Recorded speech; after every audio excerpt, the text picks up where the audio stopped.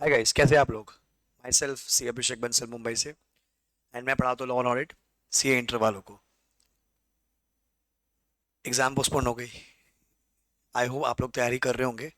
मैं कुछ दिन पहले 2-3 दिन पहले मैंने एक पूरा शेड्यूल दिया था कि 10 दिन में कैसे तैयारी करनी है। तो you follow that. Trust me, if you follow that, you revise rise, you will get very good marks in audit paper. 31st को ऑडिट का पेपर है। I had plan prior to that कि मैं लाइव लूंगा, मतलब वो live का time नहीं मैच हो पा रहा है because I am travelling somewhere. So इसलिए आई हैव प्लान दैट मैं इसका रिकॉर्डेड कंटेंट कर दूँ। सो पैटर्न वही होगा जो वादा किया था पूरा, कि पूरा एक जो सबसे ज़्यादा इंपॉर्टेंट चैप्टर आपको ही पता है 16 से 18 20 22 मार्क का आता ही है। Audit of items of financial statement. Generally module में से मतलब आई थिंक 5वां नंबर का चैप्टर है वो। People forget it. लोग नहीं करते, समझते नहीं कि क्या लिखने का है। तो हम क्या करेंगे, पहले हम हमारी बुक के कंटेंट कर लेंगे। ये बुक के कंटेंट से उसके बाद मैं आपको मई 24 से, क्योंकि कितने अटेम्प्ट हो गए, मई 24 हुआ, सितंबर 24 हुआ, मई 25 हुआ है, मई 24, सितंबर 24, जैन 25, जैन 25 के बाद मई 25, सितंबर 25, 5 अटेम्प्ट हो गए। वो पांचों अटेम्प्ट के मैं आपको डिस्क्रिप्टिव प्लस एमसीक्यू वो क्लास में करवा दूंगा, तो आपको समझ में आएगा कि पैटर्न कैसा आ रहा है, क्या आ रहा है वहां पर। ठीक है, so we gonna do that. अच्छा, मैं आपको पढ़ाऊंगा मेरे नोट से। इतना भी कर लोगे ना, देखो अगर 18-20 मार्क का आता है, मैं कह रहा हूँ आप 50% मार्क्स पकड़ लो, 10 से 12 मार्क आ जाएंगे वहां पर। हाँ, अगर एमसीक्यू बन गया बहुत बड़ा, बहुत मजा आएगा, तो एमसीक्यू तो मैं पूरे मिलेंगे आपको। बट डिस्क्रिप्टिव भी आपको समझ में आ जाएगा लिखना कैसे। तो 3 से 4 क्वेश्चन आते ही है इस चैप्टर के डिस्क्रिप्टिव में भी। So even if I assume like 4 4 marks, 4 question come 16 marks का कवर हो जाएगा आपका। ये कर लो, ट्राई टेस्टेड ट्रस्टेड है। बहुत सारे बच्चे डाउट करेंगे। देखो वैसे भी पूरा तो पढ़ नहीं सकते हो, 120 पेज का चैप्टर है पूरा मॉडल में, ठीक है, 116 120 पेज का। वो होना नहीं है आपसे। ये कर लो, पास हो जाओगे। ठीक है ना। मैं आपको पढ़ाऊंगा मेरे नोट से, तो जो बच्चे कहीं और से पढ़कर आया, if you have studied from some other teacher, आपको ये नोट्स कहाँ मिलेंगे। सो मैं आपको बता देता हूँ। तो you have to join the Telegram, this is my Telegram का क्यूआर, आप यहाँ ज्वाइन कर सकते हो। आपको कोई डाउट है तो ये हमारा इंस्टाग्राम का क्यूआर है और ये यूट्यूब का क्यूआर है। तो keep following us for more such details. So वहाँ पर आपको इसके नोट्स मिल जाएंगे, तो पूरी पूरी पीडीएफ फाइल है सारे चैप्टर्स के हैंड रिटन नोट्स की, आप वहाँ से डाउनलोड कर सकते हो। हम जनरली बिलीव करते हैं एनालिसिस पे, तो एनालिसिस करना चाहिए, समझ में आता है कौन सा चैप्टर की ज्यादा वेटेज है, उस पर ज्यादा मेहनत करनी है। बाकी भी करना, देखो करना तो पूरा ही, क्योंकि आप सीए के एग्जाम दे रहे हो, you can't take risk there. But ज्यादा वेटेज वाले चैप्टर को ज्यादा मेहनत करने का, अगर मैं आपको बताऊं मई 24, can you see this, May 24 now. मई 24 में audit of items of FS 18 mark का आया है। ठीक है, ये खाली डिस्क्रिप्टिव है। सितंबर 24 में आया 15 मार्क का, 15 मार्क का। अगर मैं बोलूं जैन 25 तो आया 10 मार्क का, 2 क्वेश्चन आए यहाँ पर।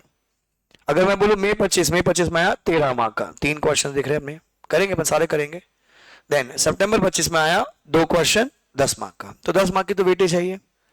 No, if I open MCQ का, हमने वो भी कर दिया आपके लिए। सितंबर 24 में आता है 4 मार्क का, क्योंकि मई 24 में तो क्योंकि एमसीक्यू इंस्टीट्यूट ले गया था ना, मतलब वो क्वेश्चन पेपर ही नहीं दिया था, इसलिए सितंबर 24 से एनालिसिस है 4 मार्क का। जैन 25 में अगेन 4 नहीं होना चाहिए, शायद 3 मार्क का, ये 3 क्वेश्चन 6 मार्क होने चाहिए यहाँ पर, 6 7 14। 6 मार्क है यहाँ, 3 क्वेश्चन है, मिस्टेक है यहाँ पर। देन मई 25 में भाई साहब 10 मार्क का एमसीक्यू, 10 मार्क का। सितंबर 25 में 4 मार्क का। सो मोटा माटी मतलब 4 मार्क का तो आपको मिल ही रहा है वहां पर डिस्क्रिप्ट, आई मीन एमसीक्यू के अंदर, और 10 से लेके 12 14 15 16 डिस्क्रिप्टिव में आ जाएगा। ठीक है, नाउ अगेन टेलीग्राम का क्यूआर, इंस्टाग्राम का क्यूआर, यूट्यूब का क्यूआर। एंड ये हमारी वेबसाइट है www.letslearnindia.in। सो अगर आपका कोई भाई बहन दोस्त जो सीए फाइनल के एग्जाम दे रहा है या देने वाला है, या ग्रुप 1 देने वाले हो इंटर का, so I teach both law and audit at inter and final also. And जब आप फाइनल में आ जाएंगे तो आपको वहाँ मिलूंगा। आपको पता होगा कुछ पढ़ना पड़ता है, सेल्फ पेस ऑनलाइन मॉड्यूल, वहाँ set A set B set C set D, तो मैं ए सी डी पढ़ाता हूँ, बी हमारे पास रितोबन सर है वो पढ़ाते हैं। एंड सी ए फाइनल में आपको मैं मिलूंगा ऑडिट के लिए। So we have a full team for F R A F M and audit. Vishal sir पढ़ाते हैं एफ आर, शुभम से पढ़ाते A F M and I teach audit. ठीक है, तो वो फाइनल में मिलेंगे अपन। तो जर्नी है दूर की, मस्त है। उससे पहले हमें यहाँ ये क्लियर करना है। कोई भी दिक्कत है, डाउट है, you can call on this number 8448448919। ठीक है, आ जाओ करते शुरू।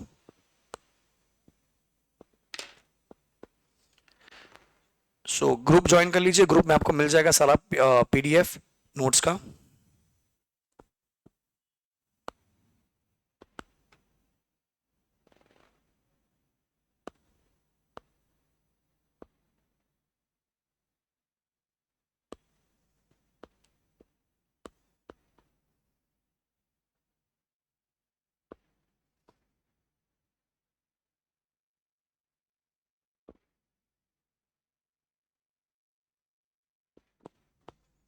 ना ये दिख रहा है आपको फ्री रिसोर्सेज, तो हमारी वेबसाइट है गाइस letslearnindia.in।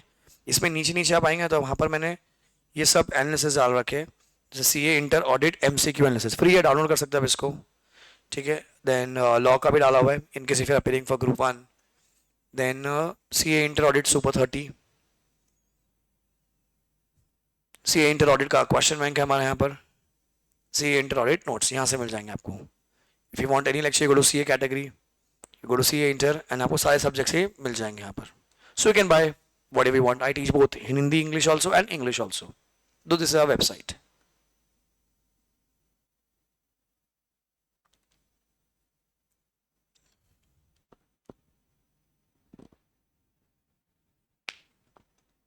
सो चैनल को सब्सक्राइब करके रखिएगा, ये वीडियो लाइक कर दीजिएगा, ना अलग व्हाट्सएप एंड टेलीग्राम ग्रुप पर शेयर जरूर कीजिएगा, सो मैक्सिमम लोगों तक ये वीडियो पहुंचे। हफ्ता भर एग्जाम के लिए आप पास हो जाओगे, या कोई और भी पास हो सकता है, आपकी एक शेयर से शायद उसका भला हो जाए। सो चैप्टर का नाम है बच्चों audit of items of financial statement. बहुत दुविधा है पूरे इंडिया में इसकी, तो मेरे पास शॉर्टकट है, ट्राइड टेस्टेड ट्रस्टेड, 15 साल से पढ़ा रहा हूँ, 30 अटेम्प्ट देख चुका हूँ, बहुत लोग पास हो चुके हैं ये फॉलो करके। दो कॉन्सेप्ट होता है वाउचिंग वेरिफिकेशन का। वाउचिंग का मतलब क्या होता है? It is an examination of transaction, verification examination of balances. It is basically checking about PNL items, जैसे फॉर एग्जांपल परचेज है, रेंट एक्सपेंस है, कमीशन इनकम है, डिविडेंड है, ये सब क्या पीएनएल में आएंगे, तो उसको हम कहते हैं ट्रांजैक्शन। और जैसे डेटर्स है, क्रेडिटर्स है, स्टॉक है, रिजर्व्स है, लोन्स है, इन्वेस्टमेंट्स है, ये सब क्या है? बैलेंस शीट आइटम है, तो उनका क्या होता है बच्चों? Verification. Now it is conducted by checking documentary evidence. It is conducted by checking documentary evidence and physical verification. जैसे कंप्यूटर परचेज किया तो कंप्यूटर का बिल देखोगे, प्लस जाके देखोगे ना कंप्यूटर है कि नहीं है, ठीक है। Then it is done throughout the year. It is done towards the year end. It is done throughout the year. It is done towards the year end. It is done by junior staff. It is done by senior staff. It is done by junior staff. It is done by senior staff. तो ये vouching verification distinction बहुत पहले आता था कि बताइए vouching क्या होती है, वेरिफिकेशन क्या होती है, ठीक है। अब आपको देखना है कि एग्जाम में एक क्वेश्चन आपको आएगा कि ये आइटम का आप कैसे चेक करोगे, ऑडिट प्रोसीजर क्या होगा इसका, आप क्या चेक करोगे इन चीजों के लिए। तो उसके लिए जो आपका जो आंसर बनता है वो है, पहला आपको देखना है वो आइटम कहाँ की है। जो मैं आपको रास्ता बता रहा हूँ, दिखा रहा हूँ, वो अगर फॉलो करोगे तो देखो पास हो सकते हो, नहीं करना है, डेमोक्रेटिक कंट्री, आपकी इच्छा है, ठीक है। How to vouch, how to vouch, तो इसका हमने कॉमन आंसर बना रखा था, कोड इज वाउच, VOUCH। ये क्या लिखा मैंने? Refer audit of different entities, income and expenses. So ये जो नोट्स है टेलीग्राम ग्रुप में है, तो आपको वहां से पढ़ना पड़ेगा इनकम एंड एक्सपेंस का पॉइंट, कौन से चैप्टर में? Audit of different entities.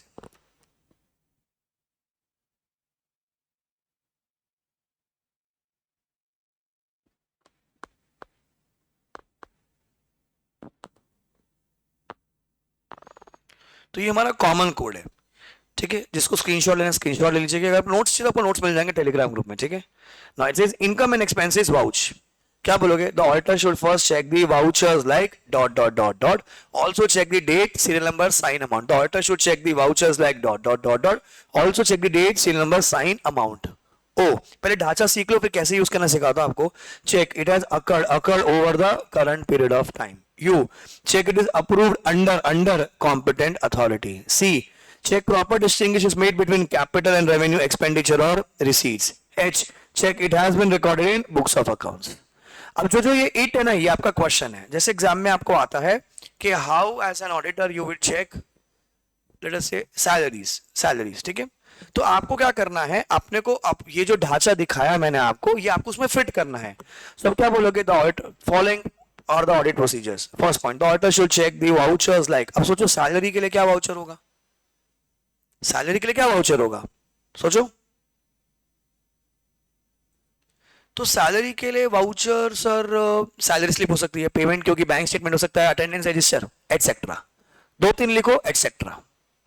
Also check the date, serial number, sign amount. Number 2 check salary, it को किससे रिप्लेस कर दोगे? जो भी क्वेश्चन में दिया है। Check salary has occurred over the current period of time. You check salaries has been approved under competent authority. Check salary का payment has been made, I mean distinction has been made between capital and revenue expenditure, क्योंकि expenditure है। H check salary has been recorded in books of accounts। हो गया। C एक ही आएगा ना, कुछ भी आ सकता है वो तो। पेन में हजारों आइटम है भाई, कौन सा आएगा अपने को भी नहीं पता, कॉमन लिखो ना फिर। और ऐसा नहीं कि रिविजन सेशन है इसलिए मैं आपको ऐसा करा रहा हूँ भाई, मैं रेगुलर में भी यही कराता हूँ, यही करने का कॉमन आंसर, सब इससे पढ़ के पास हो जाते हैं। कॉमन आंसर फॉलो करो, ठीक है। एक और एग्जांपल ले लेते हैं। अच्छा, I will not give much example, क्योंकि अगर आप रेगुलर स्टूडेंट होते तो मैं पूरा समझाता। अभी हमारा जो ऑब्जेक्ट है एग्जाम पास में रिवीजन करनी है, तो इट्स अ रिवीजन सेशन, ध्यान रखना। For regular in depth in detail regular class, ठीक है, you can bye from lecturer.india.in। अभी हम खाली एग्जाम के लिए रिवीजन कर रहे हैं। एक और लेते हैं, डिविडेंड रिसीव्ड या डिविडेंड इनकम। डिविडेंड इनकम तो इनकम साइड में आ जाएगी आपकी। अब क्या बोलोगे? अच्छा, पहले दिमाग लगाओ, कमीशन या कमीशन इनकम या डिविडेंड इनकम अगर हम पकड़ते हैं, ये आएगा आपका पीएनएल का क्रेडिट साइड, मतलब पीएनएल आइटम है, तो क्या होगी इसकी? Vouching. The auditor should check the voucher like. अब अक्कल लगा, डिविडेंड के लिए वाउचर क्या होगा? सर पैसा आया है तो बैंक में आया होगा, तो क्या चेक करेंगे? Bank statement. वाउचर मतलब कागज। क्या कागज चेक करोगे? सर डिविडेंड लिंक होता है शेयर्स से।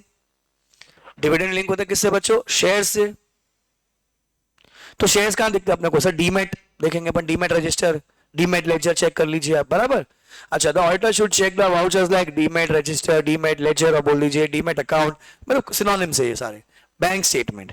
Also check the date, sale number, sign amount of the dividend received. Oh, check the dividend has received for the current period of time. Has been received in the current period of time. You नहीं आएगा, क्योंकि ये तो payment के लिए approval चाहिए होती है ना अपने को, तो यू नहीं लिखना है। सी, check dividend has been recognized as revenue receipts. We are capital say whatever the company was booking, the proper distinction made. H, check dividend has been recorded in books of accounts. So ये common है। हाँ, तुमको एक दो point और extra लिखने तो लिख दीजिए, कोई दिक्कत नहीं है। चेक, क्योंकि डिविडेंड दिया होगा तो सर वो लोग ने टीडीएस काटा होगा, तो चेक द 26A स्टेटमेंट, बराबर। Now check if there is any unpaid dividend amount. Unpaid dividend कंसी का लॉ में, तो बाद में मन की लिखो बात, पर ये 5 पॉइंट कॉमन लिखकर आने आपको, समझा आपको? ये हो गया वाउच। अब वाउच में ही ना आगे 3 पॉइंट और एक्स्ट्रा लिखने होते हैं आपको, तो अब लिखोगे as per 143(1), the auditor should check that the transaction, जो भी क्वेश्चन है, transaction is genuine and not bogus. The transaction is genuine and not bogus. Number 2, the auditor should check that personal expenses are not charged to revenue or P&L account. ठीक है, P&L account. Then 143(12), the auditor should check for frauds. So 5 point मेरे vouch के हो गए, 3 extra point हो गए, 8 point हो गए। फिर अगर कोई क्वेश्चन इनकम पर आता है बाबू, इनकम पर आप बोलोगे the auditor should check the provision of AS9 revenue recognition. AS9 revenue recognition. अगर कोई क्वेश्चन बोरोइंग कॉस्ट पर आता है, मतलब हमने लोन लिया है तो उसकी interest is a borrowing cost, the auditor should check the provision of AS16 borrowing cost. भाई अंदर क्या है मेरे को नहीं पता, आपने इतना लिखना है, the auditor should check the provision of so and so AS, that's it, इतना ही लिखना है आपको, समझा आपको? ये हो गया वाउच। वेरीफाई। अब वेरीफाई के लिए क्या बोलते हैं? रेफर, वही सेम आंसर, कॉमन आंसर उसका मेरा कोड है verify.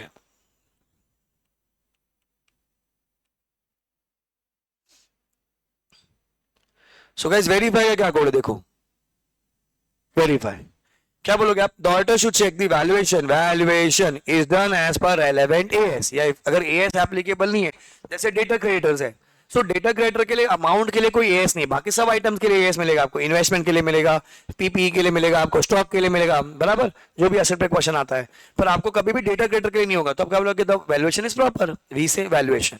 E, check the asset is in existence by conducting physical verification. Asset है तो जाके देखेंगे ना अपन physical verification, but debtor creditor को जाके देखेंगे अपन। क्या करोगे यहाँ पर? Confirmation, obtain confirmation from the debtors. R, check the asset is the right of the company. वो कैसे चेक करेंगे sir? by checking documentary evidence. I, check is there any charge on the asset. charge मतलब sir अगर loan पे लिया, कुछ लिया है लोन आपने, तो गिरवी रखा होगा। अच्छा, अगर लिया है तो sir if yes it should be disclosed. Also it should be registered with ROC. Exam में पूरा लिखने का है, रजिस्ट्रार ऑफ कंपनीज, पूरा लिखेंगे एग्जाम में अपन, registrar of companies. So code क्या बच्चों मेरा? VERI। F, check schedule 3 requirements are followed. क्या बोलेगा? check schedule 3 requirements are followed. U, check for frauds, common point, check for fraud. So मेरा कोड क्या हो गया बच्चा? वेरीफाई। V से वैल्यूएशन, E से एग्जिस्टेंस, R से राइट, I से is there any charge, F से शेड्यूल 3 फॉलोड, Y से यो। ये एसेट का हो गया। कोई क्वेश्चन लायबिलिटी पे, तो कॉमन पॉइंट है लायबिलिटी का, तो लोन और क्रेडिटर्स, लोन लिया है क्रेडिटर्स, ठीक है। तो क्या बोलोगे? B से वापस से वही, the auditor should check the valuation is done as per AS। अगर AS नहीं है तो प्रॉपरली। E, existence. अब लाइबिलिटी कभी भी एग्जिस्ट नहीं करती, तो क्या चेक करेंगे? Proper obtain confirmation. R, अच्छा अब बेटा अगर असेट राइट है तो लाइबिलिटी क्या होगी आपकी? ऑब्लिगेशन। क्या होगी? ऑब्लिगेशन। I वाला पॉइंट नहीं आएगा, इस तरह नहीं चाह रहा, नहीं आता यहां पर। फिर check schedule 3 is followed, why? Check for frauds. बस अगर मैं आपको बोलूं लोन लिया है तो कैसे बनाएंगे आंसर अपन? So the auditor should check the valuation या this amount of the loan is proper और not. E, the auditor should exercise the check नहीं कर सकते. The auditor should obtain confirmation from the bankers for the loan taken. R, the auditor should check the loan is the actual obligation of the entity by checking loan agreement, interest payment, EMI payment. Okay, I नहीं आएगा. Check schedule 3 is followed. Schedule 3 को loan को दिखाना पड़ता है ना अपने को, long term, short term, current and non current liabilities. अच्छा, अब लोन के लिए और क्या हो सकता है? Check any collateral given, collateral दिया होगा, बराबर. Check the repayment schedule, check for frauds. हो गया. तो पहले कॉमन ढांचा बिठा दो, बाद में 2-3 महीने के पॉइंट लिख दीजिए, क्योंकि अपना एक पेज भर कर आना, 4 मार्क का आंसर आएगा आपको. समझ में आ गया? 50% चैप्टर यहीं खत्म हो जाता है. ऐसी तुम्हारी इच्छा है. मॉड्यूल में मैंने पीएनएल में करीबन 100-150 आइटम, बैलेंस में करीबन 25-30 आइटम. ठीक है, वो मोटा माटी मान लीजिए 100 आइटम्स होती है मिला के. अब 100 आंसर पढ़ोगे कि कॉमन आंसर कॉल तुम्हारा है. ठीक है, बैठता है वैसे भी पेपर में 5 मार्क का क्वेश्चन है. ठीक है, 5 में से 5 देगी नहीं, 2.5-3 मिल जाएगा आपको, लिख कर आ जाना. ठीक है, next question, reserves and provision का क्या डिस्टिंग्विश है? तो अब यहां से आपका शुरू होता है अकाउंट्स का कॉन्सेप्ट. अभी सारे अकाउंट से कॉन्सेप्ट आएंगे. रिजर्व्स का मतलब होता है अप्रोप्रिएशन ऑफ प्रॉफिट. प्रोविजन का मतलब होता है चार्ज अगेंस्ट द प्रॉफिट. अच्छा, reserves are the part of share holders funds, provisions are part of current liabilities. Logical है ना? रिजर्व्स कब होगा सर? कंपलसरी है. सॉरी, रिजर्व्स कंपलसरी नहीं है, reserves are optional, only when there is a profit. अच्छा, provision कब करेंगे? Only when there is a profit और loss. It is optional, it is mandatory. Example, general reserve, sec, prem, CRR. CRR मतलब capital redemption reserve, यहाँ पर provision for depreciation, debt, bad debts, tax etcetera. So ये distinguish है. Accounting का कौन सा? ये अपने बचपन में 12th में पढ़ा होगा, फाउंडेशन में पढ़ा होगा, ये आता है, ये भी आता है एग्जाम में. क्वेश्चन नंबर 5 क्या पूछता है? Examples of capital expenditure. क्या बोलोगे आप? Example of capital expenditure. वापस बोलो, एग्जाम्पल्स ऑफ कैपिटल एक्सपेंडिचर. पागल जैसे डेफिनेशन मत देखा ना कैपिटल एक्सपेंडिचर का. क्या पूछा है? एग्जाम्पल. तो एग्जाम्पल में क्या आएगा बच्चों? पहला, material and wages. It is a capital expenditure when incurred on the construction of a building or erection of machinery. That's called as material and wages. Number 2, legal expenses. It's a capital expenditure when incurred in connection with the purchase of land or machinery. Freight. It's a capex when incurred in respect of plant and machinery. Repairs. Major repairs of a fixed asset which increases its productivity. Wages. Wages paid on installation cost. ठीक है, वो क्या हो जाएगा आपका? Capex हो जाएगा. Interest paid for construction of the asset, that is as per AS 16 for qualification period. Qualifying period इसको हम कहते हैं. AS 16 अगर पढ़ रखा होगा तो वो भी क्या हो जाएगा आपका? कैपेक्स. इंस्टीट्यूट ने भैया पूछा है एग्जाम्पल, 2 बार आ गया, 1 2 3 4 5 6. तो एग्जाम्पल 6 है, नाम लिखो, एक लाइन में उसको एक्सप्लेन करो. 2 मार्क्स में लगा, 4 मार्क का क्वेश्चन है. ये अकाउंट्स का पार्ट. अब यहां से आपका शुरू होता है लॉ का पार्ट. क्या कहते हैं देखो, utilization of sec prem. Utilization of sec prem. तो आपने लॉ में अगर पढ़ रखा है तो अच्छी बात है, या लॉ आपका पहले क्लियर हो चुका था, ऑडिट पेंडिंग है, या अगर लॉ आपका हुआ नहीं है, आप ग्रुप 2 दे रहे हो खाली अभी, ठीक है, तो आपको सिखाया जाएगा as per section 52 of companies act, securities premium can be use. Securities premium can be use बच्चों ओनली फॉर 5 पर्पस. क्या है बच्चों 5 पर्पस? The code is RP is BB. क्या बोलोगे आप? RP is BB. R से premium on redemption of preference shares and debentures. Premium on redemption of preference shares and debentures. P, writing of preliminary expenses. I say writing of share and debenture issue expenses. B say bonus shares. B say buyback of shares. The code is RP is bindas banda. R say premium on preference shares, premium on redemption of preference shares and debentures. P say writing of preliminary expenses. I writing of share and debenture issue expense. B say bonus. B say buyback. 53, shares at discount. Allowed not allowed? Sir not allowed. अगर issue कर दिया तो क्या हो जाएगा? वो void. If a company issue shares at discount it shall be void. क्या लग जाएगी आपको? पेनल्टी. कितनी पेनल्टी है सर? 5 लाख रुपया और amount raise by discount issue whichever is less. 5 lakh और amount raise by discount issue which is less, and साथ में रिफंड करना पड़ेगा आपको एट 12% इंटरेस्ट. सो पेनल्टी कितनी है? 5 लाख और amount raise by discount issue which is less, plus साथ में क्या करना पड़ेगा आपको? Refund eight 12% interest. 2 एक्सेप्शन है बच्चों, 2 एक्सेप्शन. पहला, sweat equity shares. Sweat equity shares can be issued at discount. बच्चों स्वेट इक्विटी किसको देते हैं? एम्प्लॉयज को देते हैं. स्वेट इक्विटी किसको देते हैं? खाली एम्प्लॉयज को. नंबर 2, कंपनी में issue shares at discount to the creditors. कब? व्हेन द डेट, उनकी जो उधारी है हम उसको कन्वर्ट करें किसमें, शेयर्स में, as per the statutory resolution plan और debt restructuring scheme as per the guidelines of RBI, as per the guidelines of RBI. तो दो ही एक्सेप्शन है डिस्काउंट की, पहला स्वेट इक्विटी शेयर्स, दूसरा क्या बोलता है, क्रेडिटर्स को दिया होगा आपने जब डेट कन्वर्ट हुई है किसमें, शेयर्स के अंदर। इंटरनल रिको में सीखा होगा ना अकाउंट्स में, ये वो चीज है। सो 52 was securities premium, 53 discount issue. 54 sweat equity shares. Sweat equity shares किसको देते हम लोग, हमारे डायरेक्टर्स को, एम्प्लॉयज को। कहां पर, at a discount. Some companies में issue sweat equity shares at discount, discount और for consideration other than cash, और for consideration other than cash. किसको, कंपनी के एम्प्लॉयज को, कंपनी को, डायरेक्टर्स को, फॉर देयर वैल्यू एडिशन और intellectual property, technical know how etcetera. क्या condition है बच्चों इसकी, sweat. S shares should be of same class already issued, मतलब 10 रुपए का शेयर अगर आपने पहले इश्यू कर रखा है तो एम्प्लॉय को भी जो स्वेट इक्विटी बन के जाएगा, कौन सा जाएगा, वो 10 रुपए का ही जाएगा। डब्ल्यू व्हेन, कभी, एट एनी टाइम, कभी बच्चों, any time. E employee and director का details like number of shares offered, current market price, consideration should be disclose in the resolution. कौन सा रेजोल्यूशन लगेगा बच्चों, ए से, स्पेशल रेजोल्यूशन। कौन सा resolution, special resolution. T terms and condition, बच्चा अगर लिस्टेड कंपनी है तो किसका, सेबी का, अगर अनलिस्टेड कंपनी तो सीजी का गाइडलाइंस, किसका फॉलो करेंगे अपन, सीजी का। So guys the code is sweat. Share should be of same class already issued, W से व्हेन, कभी भी इशू कर सकते हो। ई एम्प्लॉय का डिटेल डायरेक्टर सब देखना पड़ेगा आपको रेजोल्यूशन में। ए से ऑथराइज बाय एसआर, टी से टर्म्स एंड कंडीशन। हर साल कितने स्वेट इक्विटी इशू कर सकते हो आप, सो company can issue sweat equity shares of maximum 15% of the paid up capital, या फिर उसकी वैल्यू कितनी, 5 crore, whichever is higher. 15% कर लीजिए मल्टीप्लाई, अगर 1 करोड़ का कैपिटल तो 15 लाख रुपया, या shares of worth rupees 5 crore, whichever is higher, उतना आप इश्यू कर सकते हो। सब्जेक्ट टू मैक्सिमम कितना percent, 25% at any point of time, मतलब हर साल 15-15 कर सकते हो आप। तो इस साल अगर मैंने 15% दे दिया, अज्यूमिंग दैट इज हायर, 15% और 5 crore whichever is higher, 15% था। अगले साल मैं 10, अब मैं 8 देना चाहता हूं। सो फर्स्ट ईयर हमने कितना दिया बच्चों, 15 अलाउड, फिर 8 देना चाहता हूं, अलाउड, 23 हो गया। अगले साल में वापस से 5 देना चाहता हूं, नॉट अलाउड। सी सर 15-15 की तो लिमिट पूरी हो रही है आपकी हर साल की, बट वो क्या बोलते हैं मैक्सिमम कितना दे सकते हैं, 25। सो अपने ईयर 1 में 15 दे दिया, ईयर 2 में 8 दे दो तो 23 हो गया। अब ईयर 3 में 5 दे सकते हो सर, आप करीब 2 दे सकते हो, 2% दे सकते हो।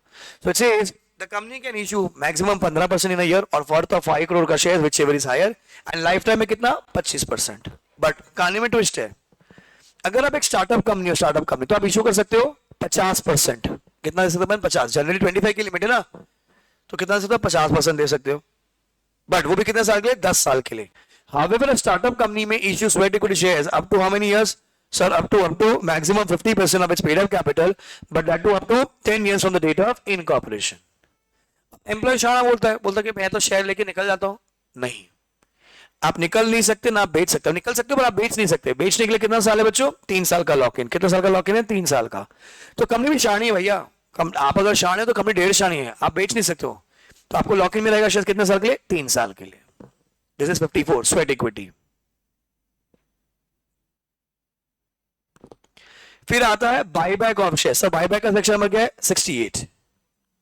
अच्छा बायबैक, सो अब बायबैक के आप पैसे कहां से आएंगे सर, बायबैक के लिए free reserves, security premium, proceeds of fresh issue, यहां से पैसे आएंगे आपके बराबर।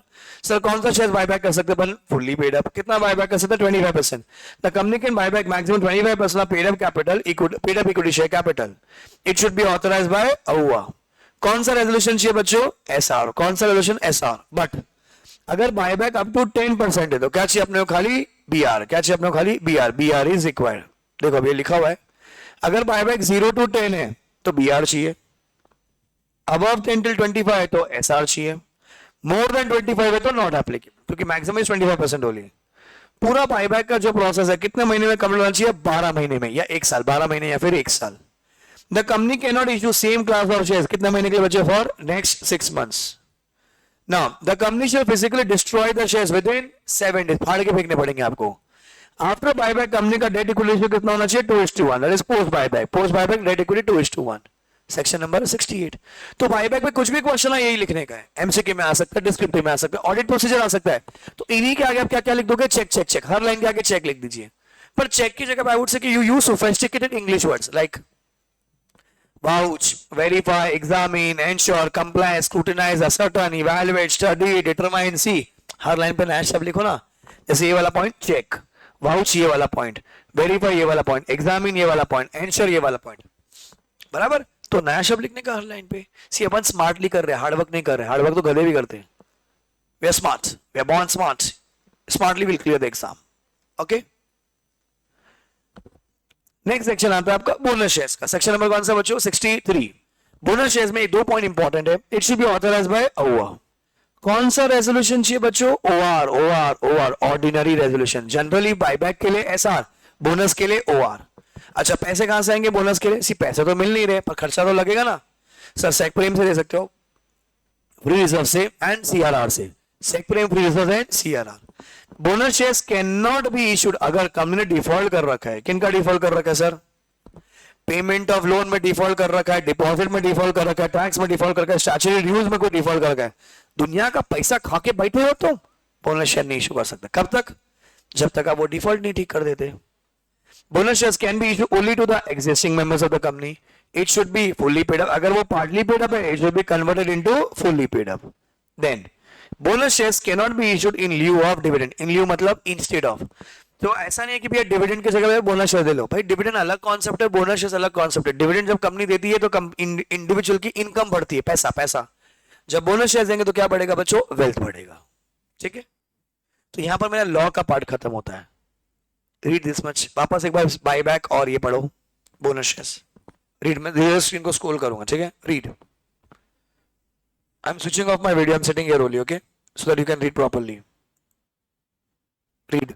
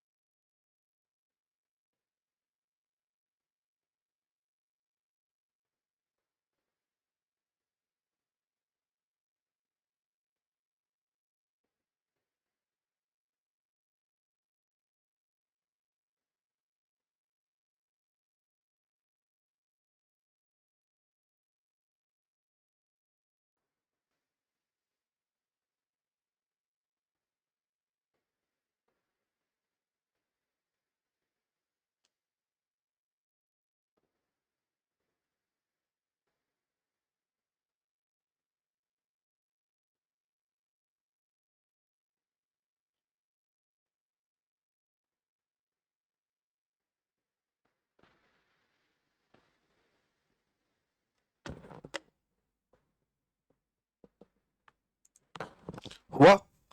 Now next two concepts, it says explain other income. क्या होती है other income? It says any form of income, any form of income which is earned by the entity and which is not related to the entity का core business, तो उसको हम क्या कहेंगे? Other income. तो धंधे से रिलेटेड नहीं होते उसको हम क्या कहते हैं? Other income. तो तीन प्रकार के अदर इनकम मॉडल में दे रखे लोग ने. पहला है interest income. So interest income कहाँ आएगी बेटा? एफडी पर. It is recognise on time proportion basis taking into account the amount outstanding at the applicable interest rate. So FD पे, एफडी से जब अपन इंटरेस्ट इनकम कमाते हैं. Number 2 dividend. तो डिविडेंड अपन पीएम में कब लेके जाएंगे? जब कंडीशन 1 एंड 2 एंड 3 जब होती है. पहला, एंटिटी का right to receive dividend is establish. Sir कब होगा वो एंटिटी का राइट टू रिसीव डिविडेंड? कब होगा वो? जब सामने वाली कंपनी ने डिक्लेयर किया होगा. अब डिक्लेयर किया तो देना ही पड़ेगा, तो अपना राइट हो गया. Number 2, it is confirm that economic benefits associated with the dividend will flow to the entity. भाई उन्होंने डिक्लेयर कर दिया है तो मेरे को मिलेगा. मैं लेने नहीं गया तो भी मेरे को मिलेगा. याद है वो अनपेड में पड़ा रहेगा. सर अनपेड से भी नहीं लाए तो वो बात 7 साल बाद आईपी में जाएगा तो भी मेरे को मिलेगा.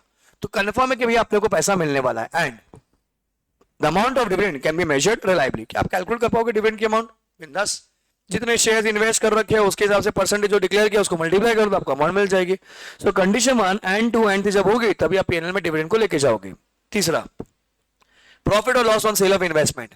तो क्या होता है म्यूचुअल फंड में अपन उसको selling price minus cost price नहीं बोलते. क्या बोलते हैं? उसको difference between the redemption price and carrying value. तो दोनों का जो डिफरेंस होगा वो क्या हो जाएगा? मेरा प्रॉफिट और लॉस. ठीक है, ये हो गया आपका अदर इनकम. नेक्स्ट क्वेश्चन आएगा आपका प्रोविजंस वर्सेस कंटिंजेंट लायबिलिटी. सो दोनों देखो क्या अनसर्टन है, पर जो थोड़ा सा लगता है कि ये हो सकता है, जिसके अपने को अमाउंट पता है वो होती है प्रोविजन. अमाउंट नहीं पता वो क्या हो जाएगी? Contingent liability. तो ये भी एग्जाम में क्वेश्चन आ सकता है. It is a liability which can be measured with by using a substantial degree of estimation. Estimation ही है पर थोड़ा सा लॉजिकल है. जैसे डेटर है, अब डेटर का प्रोविजन करना है तो अगर 2 लाख रुपए के डेटर्स है तो एट द मोस्ट मैं प्रोविजन कितना करूंगा? 2 लाख रुपए का ही. तो I can calculate the amount, logical amounts. ठीक है, इनकम टैक्स का प्रोविजन है, मेरे को पता है मेरी इनकम कितनी है, टैक्स रेट मेरे को पता है, can I calculate the provision? Correct. ठीक है, it is recognised when the entity has a present obligation, हमारा कर्तव्य है देने का. And it is confirm outflow चाहिएगा, मतलब पैसा जाएगा ही जाएगा. And a reliable estimation can be made of the amount of the obligation. आप कैलकुलेट कर पाओगे. So the above conditions are satisfied, no provisions is required. So if the above conditions are not satisfied, no provision required. But अगर तीनों follow है तो आपको provision करना पड़ेगा. For example provision for litigation, provision for warranties, depreciation, income tax आप लिख सकते हो.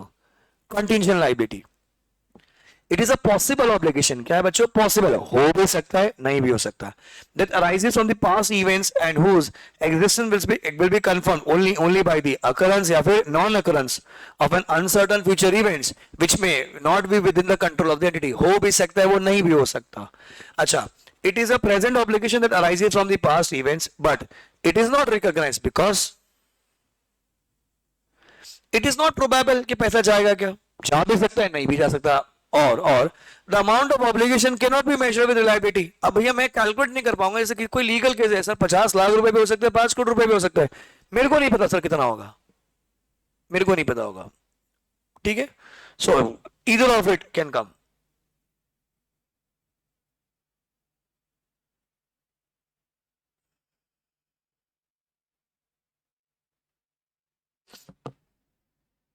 सॉरी. नाउ तो यहां मेरे कॉन्सेप्ट खत्म होता है. मेरे 2 कॉन्सेप्ट बचे. एक होगा आपका असर्शन का कॉन्सेप्ट, दूसरा है आपका शेड्यूल 3 का कॉन्सेप्ट. अब हम पहले पढ़ रहे हैं असर्शंस. तो असर्शंस का मतलब होता है अजम्पशंस, कि जो हम मान के चलते कि ये कंपनी है, मतलब कंपनी में ये चीजें है. जैसे फॉर एग्जांपल मेरे को बैलेंस शीट मिली, मैंने बैलेंस शीट में देखा असेट फर्नीचर फिक्चर्स 10 करोड़ रुपए का. तो फर्नीचर फिक्चर वहां पर होगा ना, आई अग्री, मेरे को जाके चेक करने का, पर होगा ना, मैं मान लूंगा ना जी बैठे बैठे. असर्शन कौन सा वाला? एग्जिस्टेंस. वो 10 करोड़ रुपए की अमाउंट है, वैल्यूएशन इज माय असर्शन. उसका मालिक कंपनी होगा तभी तो बैलेंस शीट में बुक किया उसको, बराबर. तो क्या हो गया? Ownership, rights and obligation is the assertion. तो असर्शन का मतलब होता है बच्चों अजम्पशन, जो हम लोग मान लेते हैं कि मैनेजमेंट का दावा है कि वो है, हम मान के चलते हैं. हमको जाके चेक करने का, पर एक बार मान लेंगे ना. तो आपको नाम याद रखने खाली. पहला क्या है? कंप्लीटनेस. कंप्लीटनेस का मतलब क्या होता है बच्चों? सारी चीजें बुक्स में आई हुई है. सारी चीजें क्या है? बुक्स में आई हुई है. एक मिनट, पेंसिल नहीं चल रही है. या सो पहला असर्शन है कंप्लीटनेस, मतलब सारी चीजें बुक्स में रिकॉर्ड होनी चाहिए. ठीक है. एक्यूरेसी, सारी चीजें सही अमाउंट पे आनी चाहिए, जो आई है वो सही आई है, सारी आई है वो सही आई है. अकरेंस, जो भी पीएनएल की आइटम जो हुई है वो सब रिकॉर्ड हो गया जो इस साल की हुई है. So all transaction events which have been recorded have occurred and belongs to the entity. Classification properly अपन ने उसको क्या किया, रिकॉर्ड कर लिया है. फिर एक आएगा वैल्यूएशन. वैल्यूएशन का मतलब होता है आपकी अमाउंट. बैलेंस शीट के लिए अपन बोलते हैं वैल्यूएशन.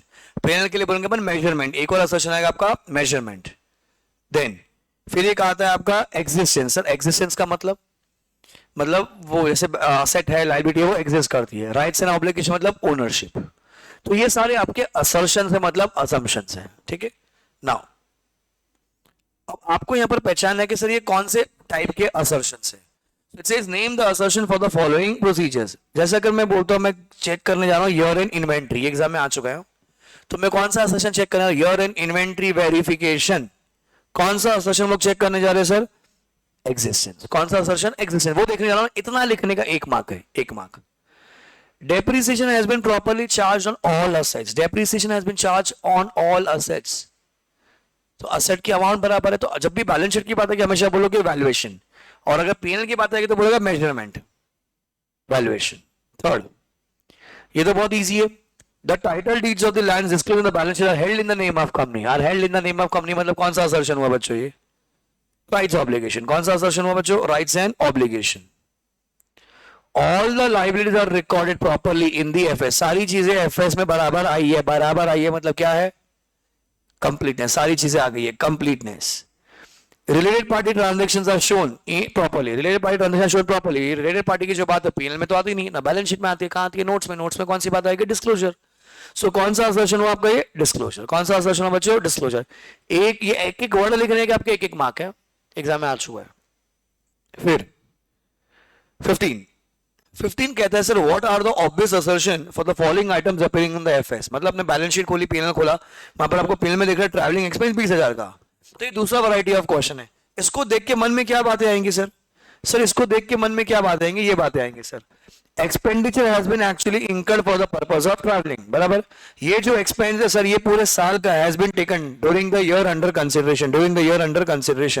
एंड टोटल अमाउंट कितनी है बच्चों, 20,000 रुपए की. ये 1 2 3 पॉइंट लिखने के 2 मार्क है, 3 मार्क है. And it will be treated as revenue expenses and charge to PNL account. तो जो मन में बात आ रही है उसको देख के वो क्या होगा, आपका असर्शन हो गया. दूसरा, ट्रेड रिसीवेबल 1 लाख रुपए का. मैंने बैलेंस शीट खोली, मेरे को दिख रहा है 1 लाख का ट्रेड रिसीवेबल. क्या मन में आएगा मेरा, असेट है कंपनी की, ये तो सही अमाउंट पर आई है सर, ये तो मतलब प्रोविजन फॉर बैड से एडजस्ट करने के लिए, और ये पूरे सेल्स में से इतना ही पैसा पेंडिंग है खाली. तो this include all the sales transaction accrued during the year. It has been recorded properly and accrued during the year. Completeness वाला असर्शन हो गया आपका ये. Then this constitute assets of the entity. They have been shown at proper value after showing that is deduction of provision for bad and doubtful debts. समझा आपको. तो ये हो गया आपका डेटर्स. तो ये आपके असर्शन के कॉन्सेप्ट हो गए. फिर जो लास्ट पार्ट आता है आपका शेड्यूल 3. अब शेड्यूल 3 का आपको एग्जाम में एक क्वेश्चन पक्का देखेगा, वो कुछ भी आ सकता है. ठीक है. सो देखो, रिजर्व्स एंड सरप्लस. तो मैंने इंपॉर्टेंट लिख के कुछ मॉडल से मैप कर रखा है, तो आपको मॉडल से करना होगा. वो रिजर्व्स एंड सरप्लस आप कैसे दिखाओगे सर, पहले मैं लिखूंगा हेडिंग में equity and liabilities. Direct question आता है as per schedule 3 what are the disclosure requirements for reserves and surplus. 3 mark का आंसर दिखेगा आपको ये. सर पहले आप लिखेंगे इक्विटी एंड लायबिलिटीज, फिर आप लिखेंगे नीचे शेयर होल्डर्स फंड, फिर आप लिखोगे रिजर्व्स एंड सरप्लस. फिर रिजर्व्स एंड सरप्लस में capital reserve, CRR, sec prem, DRR, reval reserve, share option account, others are surplus. Addition and deduction since last balance sheet should be shown under the each specified heads. तो ये हो गया आपका reserves and surplus का schedule 3 का requirement. फिर ये exam में आ चुका है शेयर्स हेल्ड बाय प्रमोटर्स. ये कैसे दिखाना है, ये डब्बा बनाने का बाबू 3 मार्क है. सी अब ये कुछ समझना, ये रट्टा मारना पड़ेगा. शेड्यूल 3 तो कोई भी आइटम आएगा, तो बेस्ट चीज है जो रिपीटेटिव है वो देख लीजिए अच्छे से, एंड उसको करके जाइए आप. सर कैसे लिखोगे, shares held by promoter, percentage of change during the year. फिर इसके नीचे 4 सब कॉलम्स, सेल नंबर, प्रमोटर का name, number of shares and percentage of the total shares. ये डब्बा बनाने का अपना 4 मार्क है, 4 मार्क.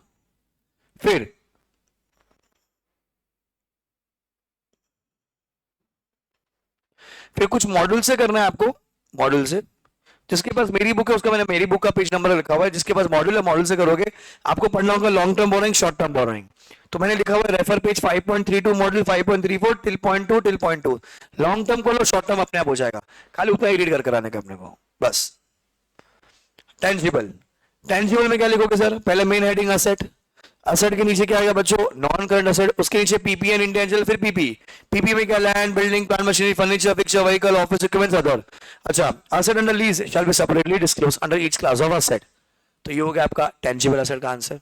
तो आपको असेट फर्नीचर फिक्सचर का बताओ, तो पहले लिखोगे असेट, फिर non current asset PP and intangible, PP, furniture, fixture, x x x, इतना, उसको डब्बे में डाल देने का, फिर शेड्यूल का आंसर। फिर ट्रेड रिसीवेबल, सो भी मॉडल का बुक पेज नंबर है 5.44, इंपॉर्टेंट मैं आपको मॉडल से कराऊंगा, ट्रेड रिसीवेबल, ट्रेड पेबल दोनों कराऊंगा आपको, वो दोनों में से एक दिख सकता है पेपर में, ठीक है। तो मैंने लिखा है 1 2 3 मॉडल में से, अपनी बुक का page 159। Cash and cash equivalents, तो कैसे लिखाओगे आप, पहले हेडिंग असेट है, फिर आएगा आपका करंट असेट, फिर आप क्या बोलोगे, कैश एंड कैश इक्विवेलेंट्स, उसमें balance with bank, cheques, draft on hand, draft मतलब demand draft, cash on hand, others, डब्बे में डाल दीजिए। Earmark balance with the bank shall be separated disclose, जिसपे लीन है ना बैंक का, उसको आपको अलग से डिस्क्लोज करने का है। इतना सा आंसर 3 मार्क का, 4 मार्क का। इन्वेंट्री, इन्वेंट्री में क्या करोगे सर, पहला मेन हेडिंग असेट, फिर करंट असेट, फिर सब हेडिंग इन्वेंट्री, फिर इन्वेंट्री के अंदर RM, WIP, FG, stock and trade, stores and spares, loose tools, others. GIT shall be separately disclose, GIT मतलब गुड्स इन ट्रांसिट कुछ है, और आरएम में कुछ जीआईटी हो रखा है, डब्ल्यूआईपी में कुछ जीआईटी हो रखा है, उसको अलग से दिखाइए।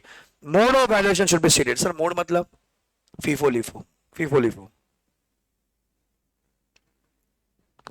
फिर इंटेंजिबल असेट्स का एक पेज नंबर है मॉडल में 5.70, वो आप रीड करेंगे। फिर 5.78 है कुछ, ये मैं आपको पढ़ाऊंगा, ट्रेड रिसीवेबल, ट्रेड पेबल्स। फिर लॉन्ग टर्म बोरिंग्स का मॉडल से है, long term and short term advances and contingent liabilities and commitments, ठीक है। सो ये खाली मॉडल से आपको रीड करना है सारे, ट्रेड पेबल, ट्रेड रिसीवेबल कराऊंगा आपको। फिर मैंने वहां लिखी है refer 5 amendments, refer 5 amendments model के पेज नंबर है 5 टोटल 3 है, 3, तो 3 अमेंडमेंट्स कर रखी है हमने 5.90 पर, और 2 अमेंडमेंट्स है 5.113। जिसके पास मेरी बुक है, अपनी बुक का पेज 170 क्वेश्चन 14 to 18 अपने साथ में लिखी है, 5 अमेंडमेंट्स आई थी, वो अलग अलग दे रखी है, वो करने अपने को, ठीक है। फिर इसका क्वेश्चन, इसका फोटो खींच लीजिए। What is included in PP, exam question है, इसका page number. What is not included in PP, इसका exam question, I mean page number. How do you value inventory as per AS2, इसका question. And how do you disclose loans given to promoter, इसका page number.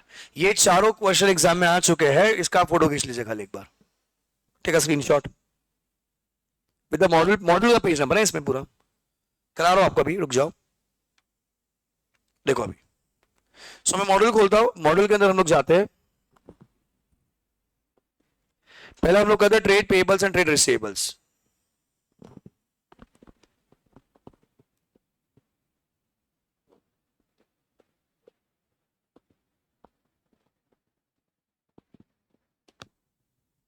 सो model में page number 5.7 पे दिखा गया trade payables, कैसे दिखाते हैं अपन इसको, less than 1 year, 1 to 2 years, 2 to 3 years, more than 3 years total, 0 to 1, 1 to 2, 2 to 3, more than 3 total. फिर ये होगा undisputed MSME, undisputed others, disputed MSME, disputed others, ये डब्बा बनाने का 3 मार्क है ट्रेड पेबल्स।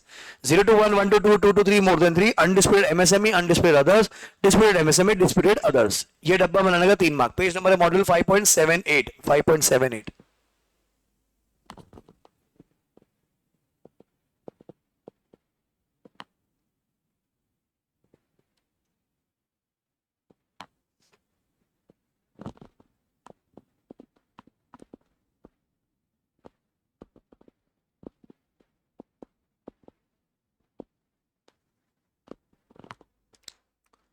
ना ट्रेड रिसीवेबल को कैसे दिखाते हैं अपन, सो देखो वहां पर था 0 to 1, 1 to 2, 2 to 3 था बराबर, एंड मोर देन 3। यहाँ क्या है 0 to 6, 6 to 1, 1 to 2, 2 to 3, more than 3। Debtors में कैसे दिखाएंगे अपन, 0 to 6, 6 to 1, 1 to 2, 2 to 3, more than 3। Undisputed, उधर भी अनडिस्प्यूटेड था, considered good, undisputed considered doubtful, उधर एमएसएमई एंड अदर्स था, इधर disputed consider good, disputed considered doubtful, पैसा आएगा नहीं आएगा वो नहीं पता।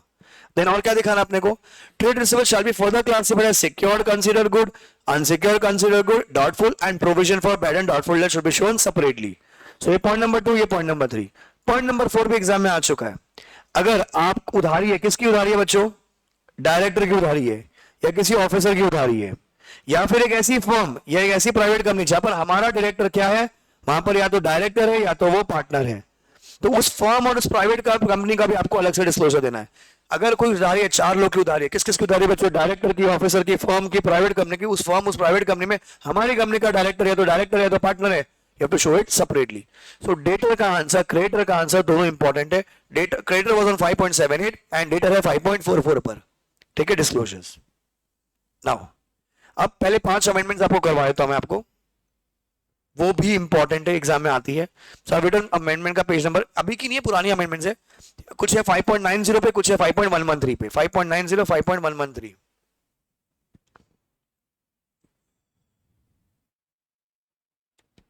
नाउ 5.90, सो 5.90 तीन अमेंडमेंट्स है। पहला है बेनामी प्रॉपर्टी का डिटेल्स।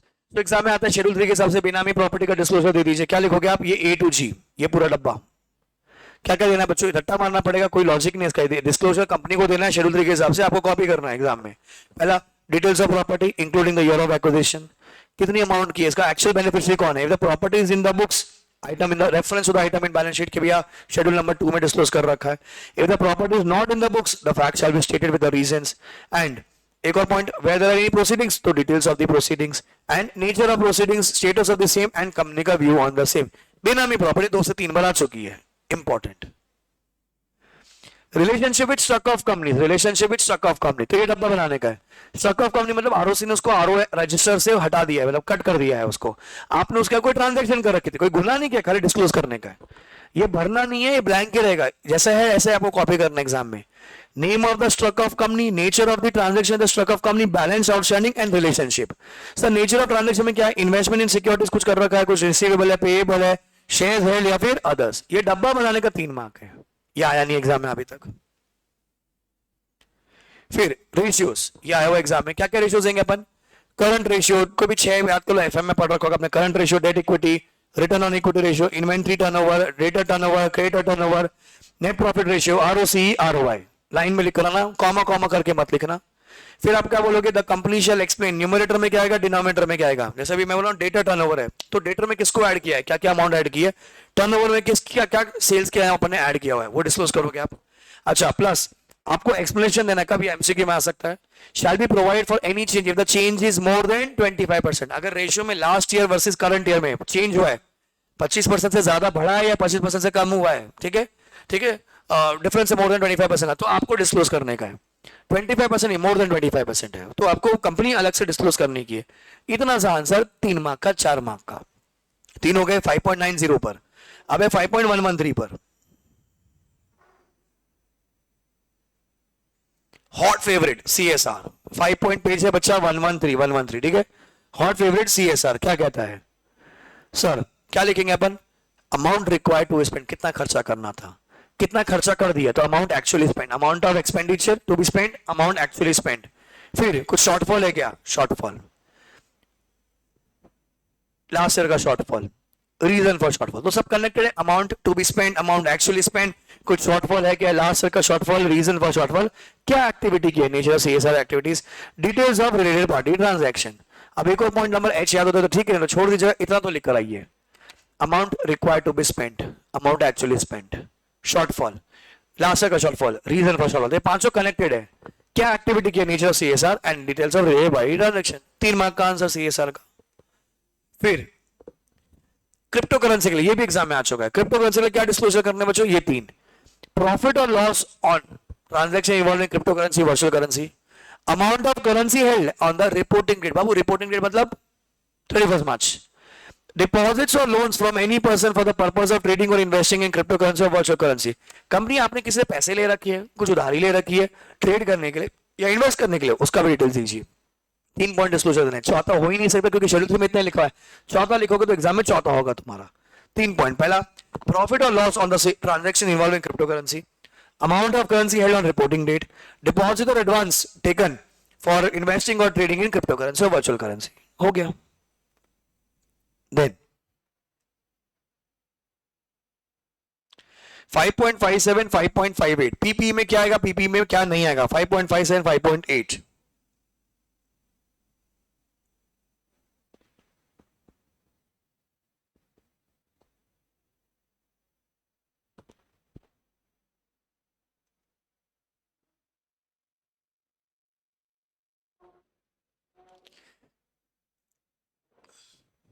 ये रहा। पीपी में क्या आएगा, examples of directly attributable cost, ये आपने एएसएन में पढ़ रखा होगा, फटाफट इसको रीड कर लीजिए।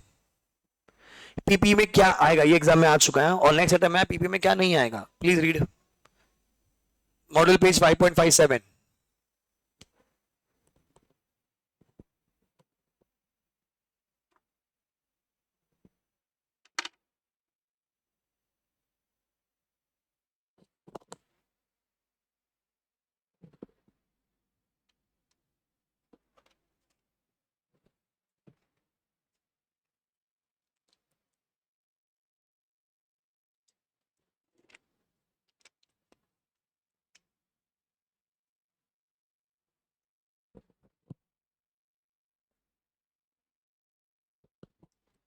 क्या क्या नहीं आएगा, cost of opening a new facility like inauguration cost नहीं आएगी, cost of introducing a new product और services for example promotion activities नहीं आएंगी, cost of conducting business in a new location including cost of staff training वो नहीं आएगी, admin and other general overheads ये सब नहीं आएंगी, ये सब नहीं आएंगी, ठीक है, नहीं आएंगी।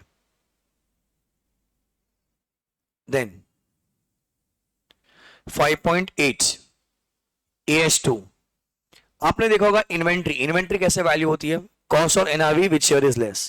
सो कॉस्ट में क्या क्या नहीं आता है, सो कॉस्ट में क्या क्या नहीं आएगा सर, जनरल एडमिनिस्ट्रेटिव कॉस्ट नहीं आएगी, abnormal wastage have to be excluded from the cost of inventories. So exam में क्वेश्चन आ चुका था इस पे कि general admin and abnormal waste को आपको एक्सक्लूड करना है तो आपको कॉस्ट मिलेगी एग्जैक्ट, कॉस्ट और NRV which share is less. तो ये AS2 का question which is on page number 5.8, 08 मतलब बेसिकली 8, 5.8।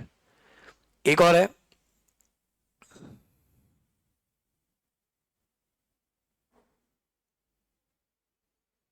ये अमेंडमेंट थी, ये भी एग्जाम में आ गई है। Following to be disclose as additional regulatory requirement, क्या डिस्क्लोजर देना अपने को, following disclosure shall be made where loans और एडवांसेस, लोन्स और advances in the nature of loans are granted, किस किसको, प्रमोटर को, डायरेक्टर को, केएमपी को, आरपी को। कौन कौन बच्चा, प्रमोटर को, डायरेक्टर को, केएमपी को, आरपी को अगर आपने दिया है इधर ऑन डिमांड और without स्पेसिफिंग any terms of period of repayment, basically short term loan, तो ये डब्बा बना के आने का है। प्रमोटर को, डायरेक्टर को, केएमपी को, आरपी को दिया आपने, कितना अमाउंट दिया, अमाउंट ऑफ लोन और amount in the nature of loan outstanding, मतलब 31 मार्च को कितना आउटस्टैंडिंग है।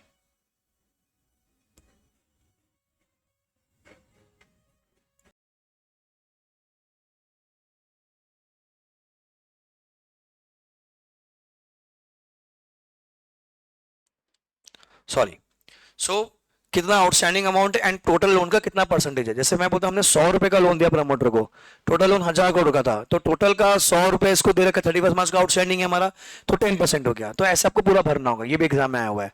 क्वेश्चन में आपको देगा total loans granted and total loans outstanding, यहाँ पर क्या दिखाना है आपको, आउटस्टैंडिंग दिखाना है।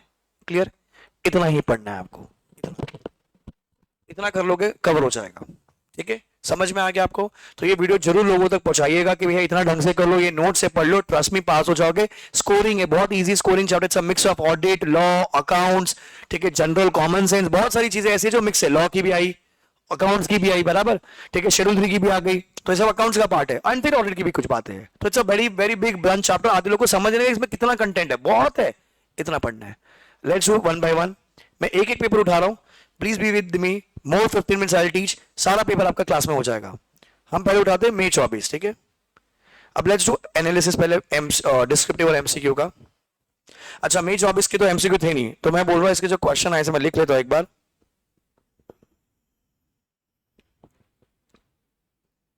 सो मई 24 में से हमें करना है 3A 4C 6C, 4C 6C, ठीक है। सॉरी सॉरी सॉरी, मिस्टेक होगी, नहीं, मई 24 में तो ज्यादा आया था ना, this is May 24, 1B 4C 4D 5A 5B, ठीक है,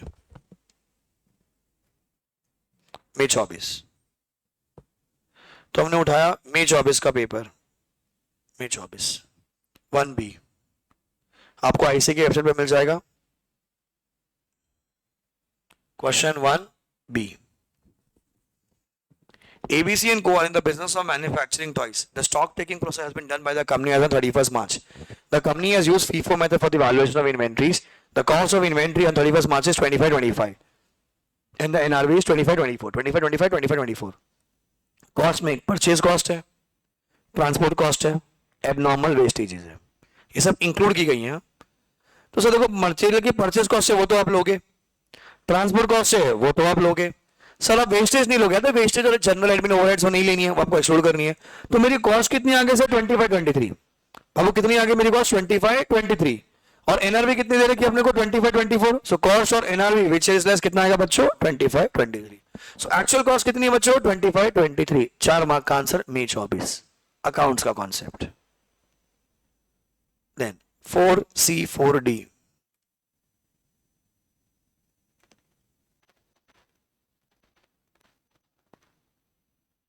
फोर सी ये अभी जो बताया ना डायरेक्टर का डिस्क्लोजर, क्योंकि वो अमेंडमेंट थी इसलिए एग्जाम में आ गई। LD Limited has given loans to the borrower during financial year 23-24. He wants a guidance regarding additional regulatory information. So ये लोगों ने क्या दिया, promoter, director, KMP, RP, others. तो सर पहले तो आप कट कर दोगे अदर्स को, वेस्ट है, क्योंकि 4 लोग का डिस्क्लोजर है। ये बोल रहा है इतना लोन हमने ग्रांट किया, इतना लोन आउटस्टैंडिंग था। अभी आपको सिखाया सर ये वेस्ट है मेरे लिए, क्योंकि मेरे को क्या देखना है, आउटस्टैंडिंग लोन है। कुछ नहीं करने का आपने को, 15 डिवाइड बाय 120, पहले पर लिखोगे, नाम लिखोगे XYZA, फिर 15 25 5 10, फिर 15 divide by 120 percentage, 25 divide by 120 percentage, 5 divide by 120 percentage, 60 sorry 10 divide by 120 percentage. तो टोटल लंच का अपने को परसेंटेज निकालने का। 3 मार्क का आंसर, शेड्यूल 3 का 3 मार्क का आंसर। ये हो गया, ये हो गया, ये देखो answer. So total on outstanding जो है वो ही पकड़ना है आपको, जितना ग्रांट किया वो नहीं पकड़ना है। सो 15 डिवाइड बाय 120 परसेंटेज निकाल लीजिए, 25 डिवाइड बाय 120, 120 क्यों लिया, क्योंकि टोटल लंच हुआ है ना, वो किया अपने। ये बनाने का आपको सोचो 3 मार्क है, 3 मार्क। देन अच्छा 4D is a wrong, it's analytical procedure. ये बेसिकली ऐसे 520 का क्वेश्चन है बच्चों, ये यहाँ का नहीं है, यहाँ का नहीं है, 4D नहीं है, एनालिटिकल प्रोसीजर 520 का है, ठीक है।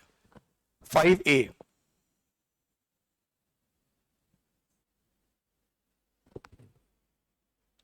5A चेक करो आपको आता है क्या, read the question.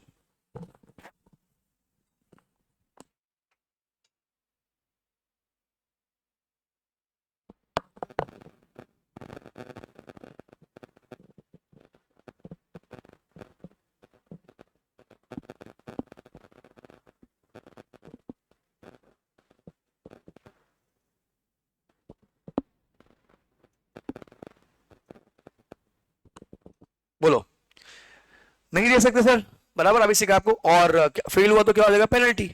Amount raise by discount is your ₹5 lakh whichever is less plus you have to refund plus at the rate of 20 at the rate of 12%, बराबर। सेक्शन 53 लॉ का part.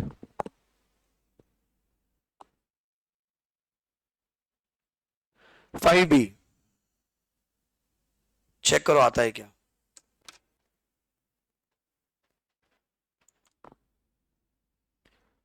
बोलो किया ही आपने, हो गया, मई 24 खत्म, ठीक है। 5B अब उठाते हैं अपन सितंबर 24 को। तो सितंबर 24 में आया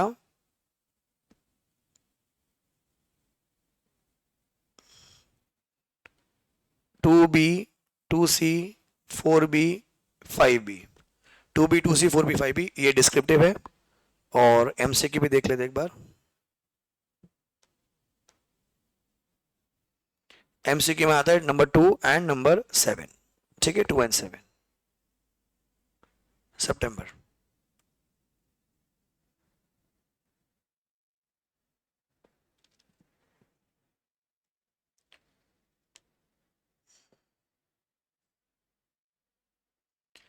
ये बॉक्स रीड करो एक बार, रीड दिस बॉक्स, सितंबर का पेपर है, सितंबर 24।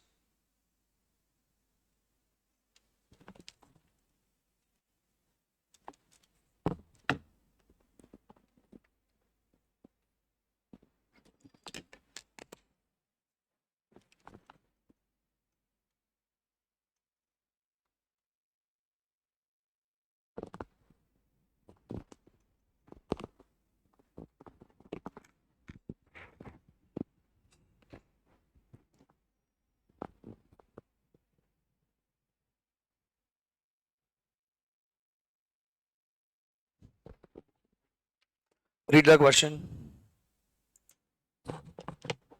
बोलो. Which assertion regarding the bifurcation of employ यहां पर है.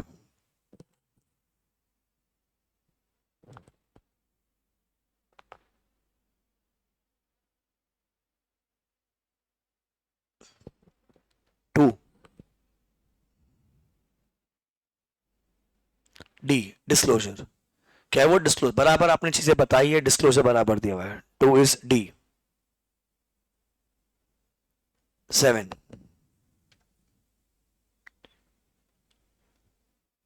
Securities premium account of the company cannot be applied for following which purpose? Writing of debit balance in P&L, writing of expenses for the commission paid or discount allowed and any issue of equity shares. Preliminary expense होता है वो. No, shares and debenture issue expense, correct. For the purchase of own shares under section 68 buyback हो गया वो.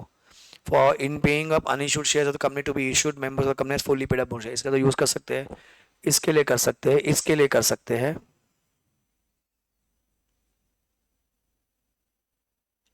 इसके लिए कर सकते हैं, इसके लिए नहीं कर सकते. 7 का ए, 7 का ए, 7 का ए. क्लियर. No descriptive. 2 का बी.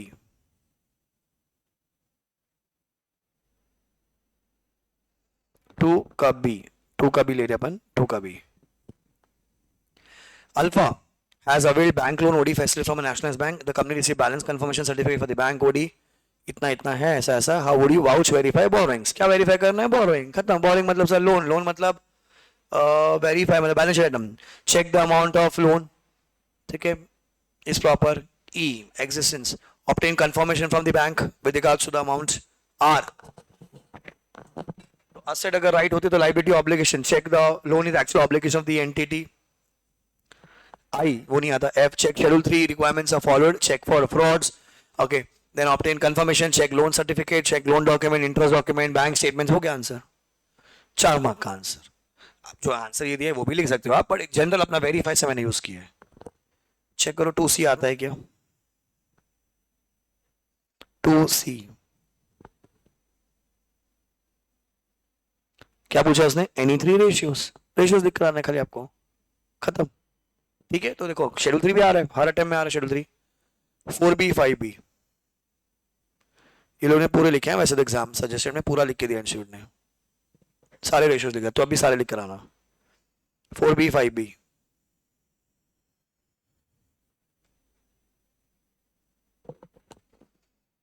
कहानी कहानी कहानी. What elements of cost should be considered for valuing PPE? पिछले अटेम्प्ट में क्या पूछा, which is not a part of PP. इस अटेम्प्ट में क्या पूछा, which is a part of PP. हो गया. 4B. दोनों मैंने आपको बता दिया, मॉडल में है, दोनों है मॉडल में. ठीक है.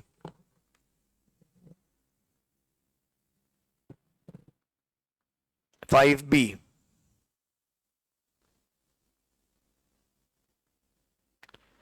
तो ये शायद रॉन्ग मैप है. नहीं, 4B हो गया. 5B रॉन्ग मैप हो गया. ये तो एक्सपर्ट पर है, तो दिस इज बेसिकली एक्सपर्ट. तो दिस इज 620. ऐसे 620 का आंसर है.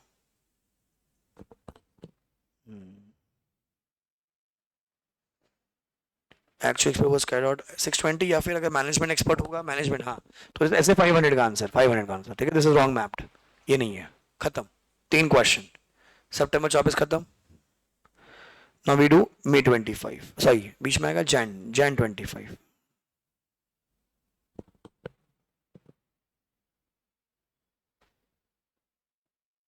सो मैं लेता हूं अभी जैन 25. जैन 25 में क्या है बच्चों, दो ही question. 3A 4B. 3A 4B.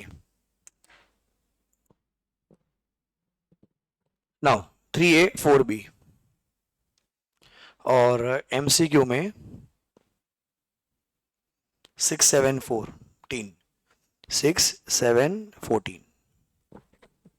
6 7 14. ठीक है, देखो अभी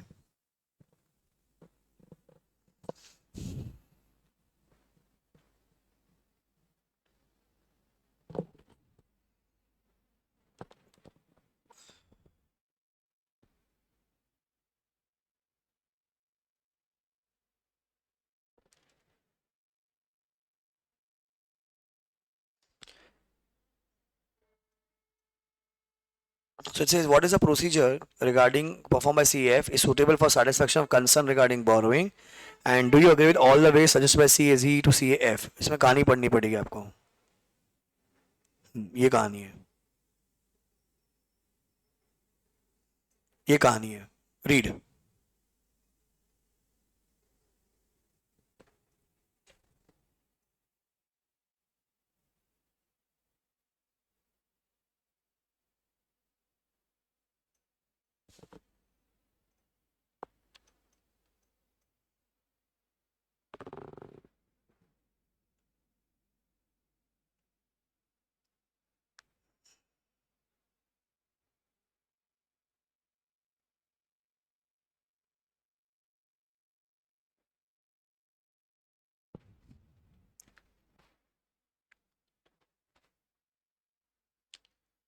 So he want to ensure that all borrowings on the balance sheet represents valid claims. तो सारी चीजें सही है borrowing के प्रति.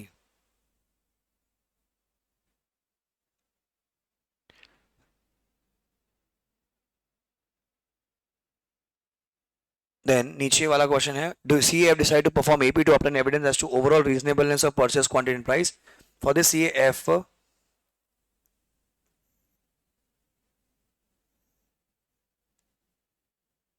okay, जो 7 क्वेश्चन है guys, this is on this part.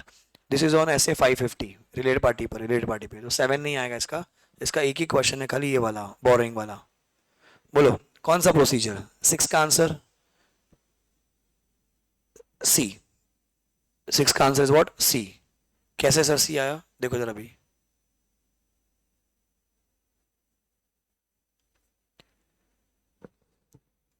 Entity has borrowed the amount during the financial year for 23-24 wants to ensure all borrowings आ गई है कि नहीं आई है, बराबर. तो क्या करेगा? बोर्ड मिनट जाके पढ़ेगा यहाँ पर, तो जाके पता सी रीकम्प्यूट तो करनी नहीं ना उसको, उसमें तो इंटरेस्ट ही पता चलेगा खाली. सब्सिक्वेंट ट्रांजेक्शन वैसे ही नहीं करेगा वो, उसका कुछ काम नहीं है, बराबर.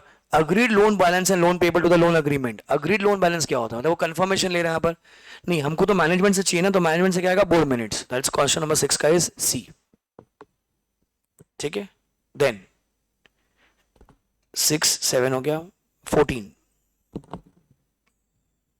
7 नहीं है सिलेबस, मतलब इसका.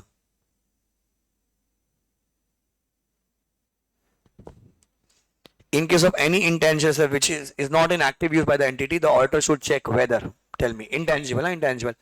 ये आपका AS 26 का आंसर बच्चों, AS 26.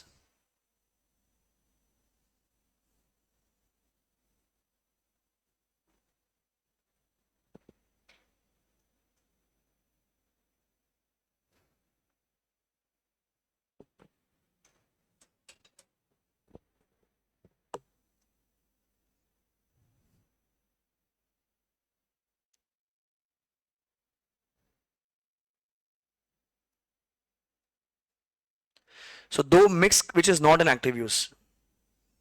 So क्या चेक करना है? Whether it has been recorded in BUA post approval by the entity management and amortization charge cease हो जाना चाहिए. तो दोनों पॉइंट आप चेक करोगे. So 14 is D. 14 is what? D. Done. 3A 4B.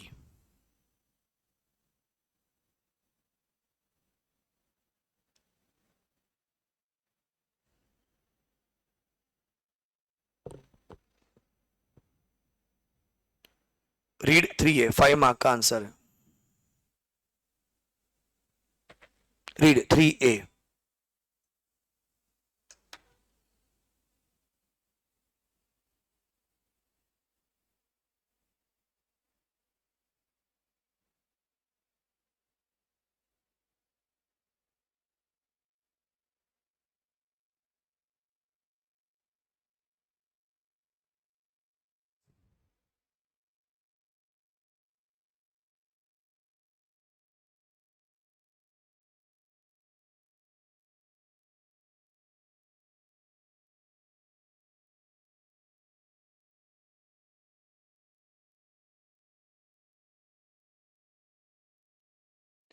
Intangible का वेरिफिकेशन करनी है अपने को.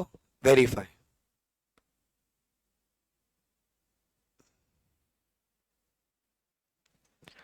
वैल्यूएशन एक AS 26 एग्जिस्टेंस नहीं हो सकता क्योंकि इंटेंजिबल है. राइट मतलब असेट का राइट है कि नहीं, आई से is there any charge on the intangible where F schedule 3 followed है कि नहीं, Y check for frauds.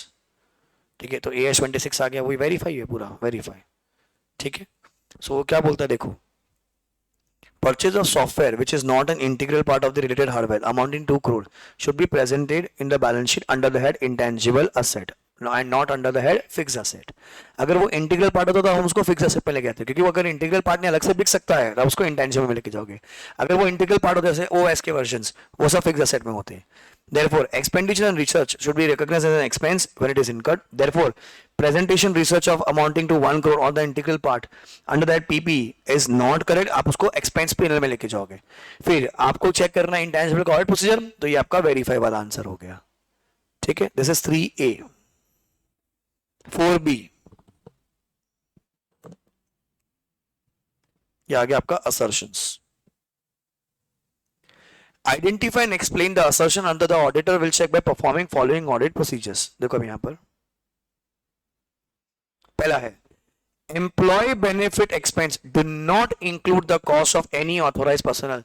मतलब उसमें सब कुछ बराबर है. employee benefit expense do not include the cost of, तो ये आ जाएगा आपका occurrence. employee benefit expense do not include the cost of any unauthorized personnel का मतलब होगा आपका कौन सा assertion है बच्चों, ये आपका occurrence वाला assertion है. That means the auditor has to check the occurrence assertion. कौन सा occurrence. Number 2, all items of inventory pertain to the relevant year shall be included. सारी आनी चाहिए regardless of the location. मतलब जो उसको हम बोलते हैं cut off. So all liability should be recorded. All assets and liability should be recorded. वो आ जाएगा आपका cut off वाला assertions. Third, sales are recorded correctly in the books based on the invoices and the discounts have been properly adjusted. तो ये आ जाएगा आपका measurement. ये होगा measurement. ये measurement P&L के लिए होती है measurement, बैलेंस शीट के लिए होगी valuation. अगर ये सेम चीज बैलेंस शीट के पॉइंट ऑफ व्यू से आता तो आपका valuation assertion होता. फोर्थ, ये तो बहुत इजी है, the entity owns or controls the inventory recorded in FS. owns, rights and obligation. कौन सा assertion हो जाए बच्चा आपका, rights and obligation. Fifth, inventory has been recognised at the lower of cost on NRV. तो balance sheet की बात हो रही है, अमाउंट की बात हो रही है, वैल्यूएशन. पीएनएल आइटम की होगी तो मेजरमेंट होगा, मेजरमेंट. तो ये हो गया आपका 4B, खत्म. सो मैंने आपको करवा दिया बच्चों मई 24, सितंबर 24, जैन 25. अब मे सेम पैटर्न में आप M25 S25 करोगे, मई 25 सितंबर 25 सेम पैटर्न पे आपको करना है.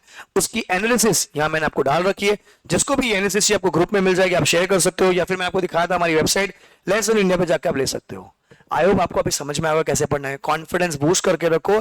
जो नोट्स है उसमें कॉमन आंसर आपको शेड्यूल 3 है. एक क्वेश्चन शेड्यूल 3 आपको पेपर में दिखेगा ही दिखेगा, और एक असर्शन का क्वेश्चन, या तो एमसीक्यू में तो डिस्क्रिप्टिव में. समझ में आ गया. मई 25 सितंबर को खुद से करना है. सेम पैटर्न पे आईसीए की वेबसाइट पे जाइए, सजेशन में जाइए, आपको डाउनलोड करना है, और यहां से आपको एनालिसिस मिल जाएंगे. आपको जैसे यहाँ पर 5B 6 आ रखा है, यहाँ पर 3A 4C 6C कर गए, बस ये 2 क्वेश्चन करने हैं आपको. ये आपका होमवर्क है. आई होप अब आपको समझ में आ गया चैप्टर कैसे पढ़ना है. पास हो जाओगे. जरूर कमेंट करके बताइए कैसा लगा आपको, एंड जरूर इसको वीडियो में शेयर कर दीजिएगा लोगों तक, सो दैट मैक्सिमम लोगों को बेनिफिट मिले. एंड एग्जाम दे के आने के बाद जरूर बताएगा कि इससे आपको बेनिफिट मिला कि नहीं मिला. Okay, I hope I get to see you in CA final. God bless you, take care, bye bye, enjoy and aim for a rank और 70+ which is earlier. Bye guys, take care. Thank you.